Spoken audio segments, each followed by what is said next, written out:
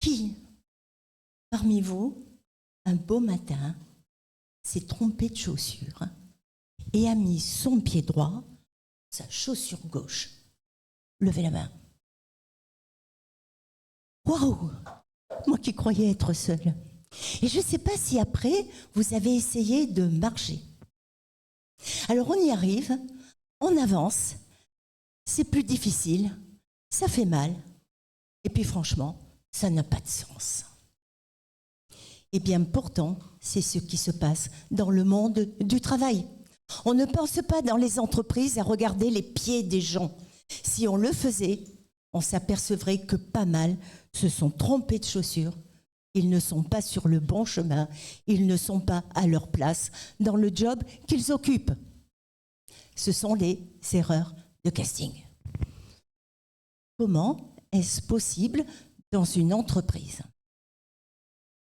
Eh bien, tout simplement parce que parfois, on est dans l'urgence.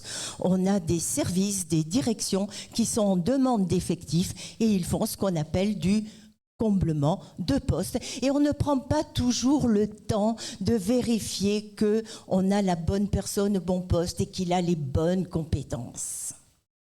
On se trompe. Alors, pourquoi je vous raconte ça, moi ? Parce que ce que vous a pas dit Loïc, c'est qu'à un moment donné de ma carrière professionnelle, j'ai été sociologue. Sociologue en entreprise et j'ai dirigé un observatoire social d'une très grande entreprise. Alors, ma mission, c'était accompagner le changement. Ça veut dire comprendre qu'est-ce que c'est qui fait blocage quand il y a un changement, une transformation du métier, une réorganisation, quelque chose qui change. Et à l'inverse, de détecter quels seraient les leviers pour que les choses se passent mieux. Alors à ce titre, j'ai conduit des centaines d'entretiens en face à face, avec des grands chefs, des moyens chefs, des petits chefs et des sans grade. Et qu'est-ce que j'ai vu? Eh bien des gens qui étaient en souffrance. Parce que ces gens, c'était des poissons et on leur demandait de grimper dans un arbre. C'est triste. C'est triste et ça fait souffrir. Est-ce que parmi vous, il y en a qui connaissent des gens qui ne sont pas à leur place dans leur job? Voilà. Alors, malheureusement, vous voyez, se tromper de chaussures, eh bien, mesdames et messieurs, c'est ce qu'on va faire ce matin. On va essayer de comprendre comment ne pas se tromper de job.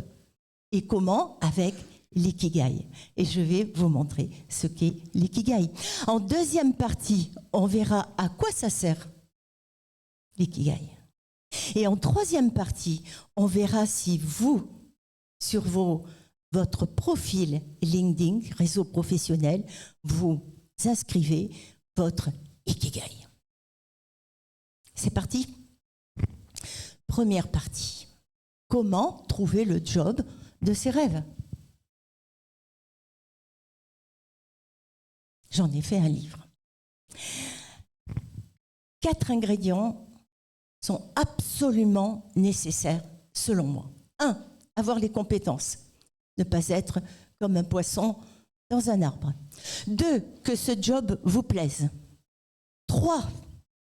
Qu'il fasse sens pour vous. C'est-à-dire que vous ayez le sentiment de contribuer au monde, contribuer à quelque chose de plus grand. Et 4e, que vous soyez reconnu, c'est-à-dire que vous gagnez votre vie sans la perdre. Eh bien, ces 4 ingrédients, on les retrouve dans la représentation graphique de l'ikigai en Europe. Vous voyez, en Occident, la représentation graphique de l'ikigai, c'est 4 cercles. Et dans chacun des cercles, il y a ce que je vous ai dit.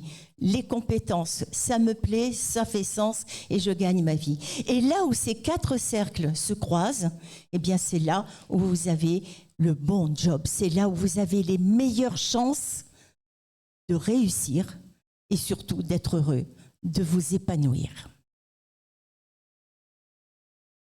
Alors moi, l'ikigai, je l'ai rencontré en 2016. À cette époque-là, j'accompagnais des transitions professionnelles. Et ça m'est apparu comme une évidence que si on a ces 4 ingrédients, on a quand même plus de chances de réussir. Mais Ikigai, ça veut dire quoi? Ikigai, c'est un état d'esprit. C'est une philosophie de vie qui nous vient du Japon. Iki, c'est la vie. Gai, qui vaut la peine. On traduit ça par la vie qui vaut la peine d'être vécue. Et moi, je l'ai transposé dans la sphère professionnelle, le job qui vaut la peine d'être vécu. Il a ces 4 ingrédients. Alors vous allez me dire, chic, j'ai qu'à remplir les 4 cercles et c'est bon. C'est presque ça. Parce qu'en fait, il faut y passer du temps. Vous savez, ce n'est pas un truc au doigt mouillé. C'est un truc où il faut une introspection pour mieux comprendre qui l'on est et pour aller au fond des choses, pour ne pas rester superficiel si on veut que ça marche. Prenons le premier cercle, par exemple, les compétences. Vous allez me dire, ben moi je connais mes compétences. À mon âge, vu ma carrière, vu déjà tout ce que j'ai fait, évidemment je connais mes compétences. Et moi je dis non, vous n'êtes pas exhaustif, vous restez superficiel. Pourquoi? Parce que depuis que vous êtes tout petit, on vous a appris, ça ne se fait pas de parler de soi, de se vanter, de se valoriser. Alors si vous êtes un demandeur d'emploi et que vous êtes face à un recruteur, eh bien vous n'allez pas savoir parler de vous parce qu'on vous a enseigné la modestie.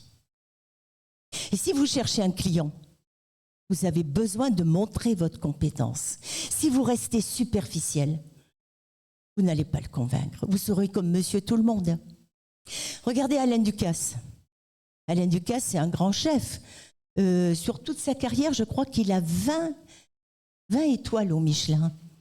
Vous imaginez que Alain Ducasse, quand on lui demande ses compétences, ils disent simplement ben, « je sais faire cuire des pâtes à l'eau ou des œufs ». Ça paraîtrait complètement incohérent. Eh bien vous, c'est pareil. Il faut que vous alliez au fond de vos compétences. Il faut que vous soyez exhaustif. Au besoin, si vous avez besoin, demandez à tous les gens qui sont autour de vous, à vos collègues, à vos amis, pourquoi ils viennent vous voir? Qu'est-ce qu'ils vous demandent à vous? Et comme ça, vous étofferez un petit peu vos compétences.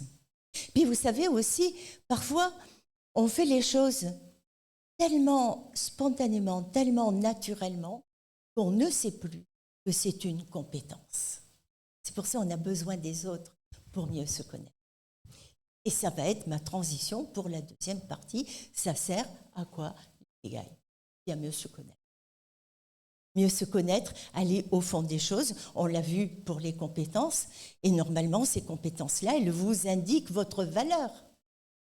Pour tous ceux qui sont en freelance, le syndrome de l'imposteur, vous connaissez? J'ose pas pratiquer tel tarif. Est-ce que je le vaux? Bien, si vous êtes convaincu de vos compétences, de vos expériences, de votre valeur, de ce que vous apportez, vous oserez. Idem pour les demandeurs d'emploi. Quand on arrive face aux recruteurs, on se met en position basse. Je quémande un emploi. Si on est convaincu de la valeur que l'on apporte, on arrive d'égal à égal. Ça sert en premier à ça. Et ça sert à mieux se connaître grâce à l'introspection que l'on fait, c'est-à-dire qu'est-ce que c'est qui est important pour nous. Je vous raconte une histoire. C'est Pierre. Pierre, elle a 40 ans. Il est marié. Il a 2 ados, 2 garçons un peu remuants, des ados, quoi.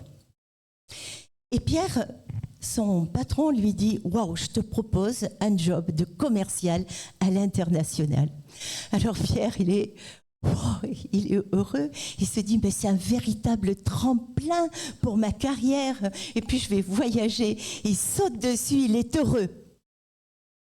Et tous les dimanches soirs, lorsqu'il a la main sur la poignée de la porte, sa valise dans l'autre main, il doit partir. et qu'il voit les yeux de sa femme, qui reste seule avec les ados. Et il se dit, merde, j'ai raté quelque chose. C'est faire son ikigai, ça sert à comprendre qu'est-ce que c'est qui est plus important pour soi. Et puis, vous savez, parfois, on s'engage dans un job par mimétisme. Moi, ça m'est arrivé. J'ai mis mes pieds dans les chaussures de mon père. Et j'ai voulu faire son chemin. Alors lui, il est parti de ça dans l'entreprise. Il a gravi tous les échelons. Il est devenu directeur financier, puis directeur général. Alors moi, c'est mon modèle. Je veux faire pareil. Mais moi, je me suis plantée. Lamentablement, j'ai raté. C'était pas du tout ma destination. C'était pas du tout mon chemin. C'était pas du tout mes chaussures. Voilà à quoi ça sert l'ikigai. Comprendre qu'est-ce que c'est qui est important pour nous et ne pas faire le mauvais chemin, ne pas faire le mauvais choix de chaussures. Et puis ça sert à comprendre pourquoi on fait les choses. C'est le fameux why. Le fameux why de Simon Sinek. Je vous rappelle, Simon Sinek, c'est cet Anglais, Canadien anglophone, je crois, qui a écrit plusieurs livres sur le management, sur la motivation. Et il nous parle du cercle d'or. Et il nous dit que ce que le client achète, c'est vous, avant d'acheter votre produit ou avant d'acheter comment vous le faites. Il va acheter votre histoire, il va acheter pourquoi vous faites ce que vous faites. Pourquoi vous l'aimez? C'est ça qui va le convaincre, c'est ça qui va faire la différence avec un concurrent. J'en arrive à ma troisième partie, donc est-ce que vous écrivez votre pourquoi dans votre profil LinkedIn?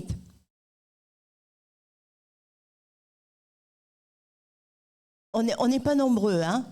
Alors, s'il y en a qui écrivent leurs compétences, qui écrit ses compétences? Ah, quand même, un peu plus nombreux. C'est vrai qu'il y a un cartouche qui est dédié aux compétences. Puis il y en a qui écrivent carrément leur CV sur leur profil LinkedIn, ce qui est une erreur, selon moi. Et puis il y en a d'autres, c'est carrément leur offre de service. Mais est-ce que vous écrivez que vous aimez votre travail? Oui, c'est bien. Mais autrement, les mains ne se sont pas levées parce qu'on ne sait pas comment faire. On ne sait pas quoi écrire. Si on fait son ikigai, on a les mots, on a le contenu, on sait pourquoi on fait ce que l'on fait et on peut l'écrire. Et d'ailleurs, pour tous ceux qui veulent en savoir plus, à 14h50, avec mon ami Jean-Christian Rivet et d'autres, nous animons un atelier sur comment faire un profil percutant sur LinkedIn. Je vous remercie.